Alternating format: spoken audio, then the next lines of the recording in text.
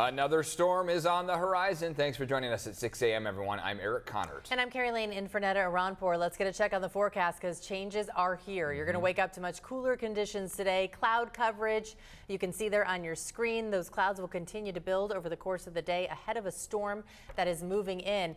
And temperatures, gosh, yesterday we were in the low to mid 70s, but you can see here by 2 o'clock in the afternoon we peak at 61 degrees. So we're going to be mostly in the 50s, and then tomorrow temperatures are going to fall even more. The rain expected to move in tonight and then continue through tomorrow before wrapping up late Friday night into Saturday. The good news I can tell you right now, we will dry out for the weekend and temperatures will rebound just a little bit. I've got all those details in just a bit. Meantime, in just over 2 hours, Mayor Todd Gloria is set to make a big announcement. Right now, there are plans in the works to create what he says is the city's largest homeless shelter. It would be located just north of the airport here in the 3700 block of Kettner Boulevard. CBS 8's Regina Yarita live downtown now with everything we know about this plan. Good morning. Yeah, good morning, guys. And this is the latest action addressing homelessness here in the city of San Diego coming from Mayor Todd Gloria. So he is calling this a historic announcement because this would be the largest homeless shelter in the city. So he plans to make that announcement this morning. This includes also leasing a vacant commercial building and convert it into the city of San Diego's largest ever shelter for people experiencing homelessness. Now, if approved by the city council, the new shelter site will provide space to take more than 1,000 people off the streets. This is one of the biggest efforts following the city's encampment ban ordinance. Enforcement began back in July. So it bans encampments on all public property if shelter beds are available. However, there are certain areas like near transit centers and homeless shelters where you can't camp regardless of shelter space. Now, Mayor Todd Gloria warned it would take time to see a difference, but back in January, hundreds of volunteers helped conduct the annual point in time count. While those numbers are still in the process to get released, the most recent numbers are from 2023. The count had found more than 10,000 individuals experiencing homelessness across the region, an increase of 14% over the previous year. So back out here, that announcement coming from Mayor Todd Gloria will begin around 8:30 a.m. He's expected to have a news conference in Kettner Boulevard here in downtown. So we'll be bringing you the latest. For now, I'm in downtown. Regina Yarita, CBS 8. Regina, thank you. Also this morning, San Diego County District Attorney Summer Stephan is expected to provide an update on the county's shelter bed app. The app would track where there are available shelter beds in the county. This testing began in December. Now, the app would be used by outreach workers and first responders who can help connect people to shelters. Today, Stephan is expected to also talk about the county's other efforts to reduce homelessness.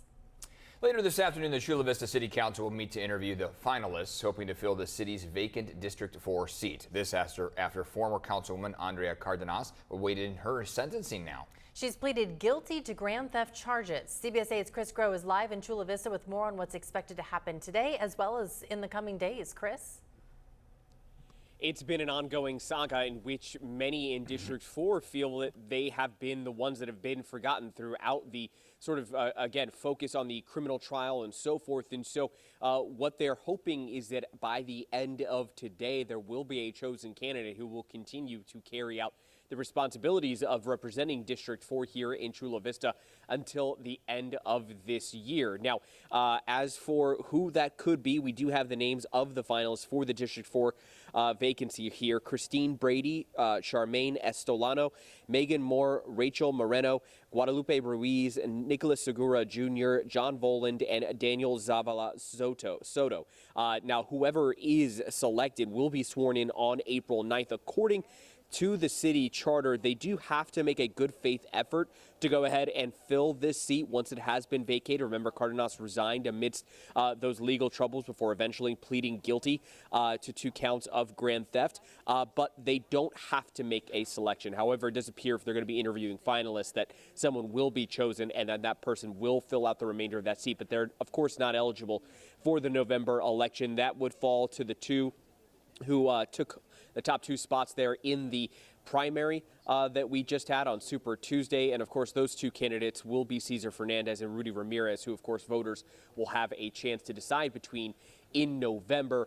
They will get a chance to then have a fresh new term then moving forward. Eric and Carrie. The holes are tremendous. It's like, I call it Dodge City. Yeah, sometimes feels like we're driving on the moon, doesn't it? Nearly 600 roads in San Diego received a failing grade last year thanks to all those potholes. Only 79 have the funding needed for repairs over the next 5 years. This is according to a 2024 street assessment. Well, the city roads in this were given an overall grade of 63 out of 100, a D. In a statement, a city spokesperson said the city needs $1.9 billion just to get the city's overall street grade to an average of 70. You can see the grade for roads in your neighborhood by going to this story at CBS8.com. And this morning we're working for you to get answers about falling streetlights in University City. Look at this. A man says a street light fell right on his car last week. That could have hit someone. I mean, you would not even think about a pole coming down on you. Yeah, pretty dangerous. He tells us it's not the first time a streetlight has fallen in the area. The city tells us it made streetlight repairs in the La Jolla UTC area in January of 2023. But after looking under this light's base cover, it shows deterioration, likely caused by irrigation runoff. The city says if you have a streetlight issue, you can submit a request through the Get It Done app. We're getting some more natural rain here coming in very soon, Carrie. Just to add to those potholes deteriorating. Right. Yeah, the good news is all the greenery on the hillsides and everywhere will look much more pretty and start to bloom even more as we get more wet weather. We are expecting temperatures to really dip. This high pressure system was keeping us warm over the last few days. That's going to start to push east, and there's a low pressure system just behind it. That's going to swing south. We're going to see the clouds really increase over today as well as into tonight. That wet weather expected to arrive late tonight into tomorrow morning. We'll see some showers on and off all day tomorrow, and then things will wrap up late Friday night into Saturday morning, making for a dry weekend, and temperatures will rebound a little bit for Saturday and Sunday. A lot happening though with this storm system. We have a wind advisory that will go into effect at 11 a.m. This is for the deserts. We're expecting very gusty conditions out there. Sustained winds about 25 to 35 miles per hour, but gusts could reach 55 miles per hour. So please be careful. Also, a small craft advisory will also go into effect at 11, and we do have winds expected out there anywhere from 15 to 25 knots. A high surf advisory going into effect at 2 a.m. starting Friday morning. That will last through Friday night, so large breaking waves expected, some sets even 6 to 8 feet.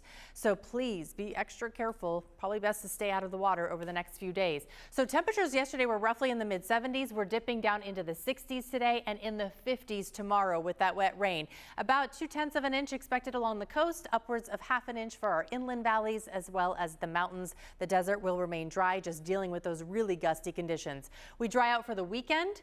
Slight chance of rain maybe on Monday. I think if we do get it, it's going to be isolated to the mountains and just sprinkles. As we get closer, the chances just keep diminishing. But as we get into the work week next week, temperatures really do rebound. More sunshine on the way, and will be more spring-like once again. Okay, for those of you that are headed on into work this morning, well, the 94 heading westbound is extremely slow right now. From the 125 connector to downtown, about 28 minutes. You are backed up all the way to Federal Boulevard. Speeds are roughly in the 20s. Up and out of the South Bay, the 805 volume is starting to build a little bit, starting at Plaza Boulevard, on and off up to about the 8. The 5 looks pretty good. The 52 out of Santee a little sluggish at the 125 connector. And that 15 heading southbound in North County now starting to look a little congested through Escondido. All right, border wait times. Let's take a look. This is from the CBP website. It's 100 minutes for the general line at the San Ysidro Port of Entry, and then 75 minutes for the general line at the Otay Mesa Port of Entry. Eric? Still ahead here, protecting victims of online harassment, what a local lawmaker wants to do about doxing. Plus, the search for an alleged peeper in a women's restroom here in San Diego. And 10 weeks after storms flooded the South Bay with trash, the cleanup is finally underway. And as we go to break here, San Diego's average gas price now $5.21 for a gallon this morning. It's nearly 4 cents higher than yesterday.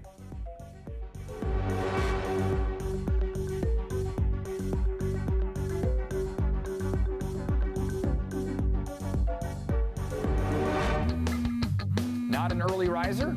If you can't watch CBS 8 Mornings live, watch us on your own time on CBS 8 Plus. Add our app today to your Roku, Fire TV, and now Apple TV, and watch us on your schedule.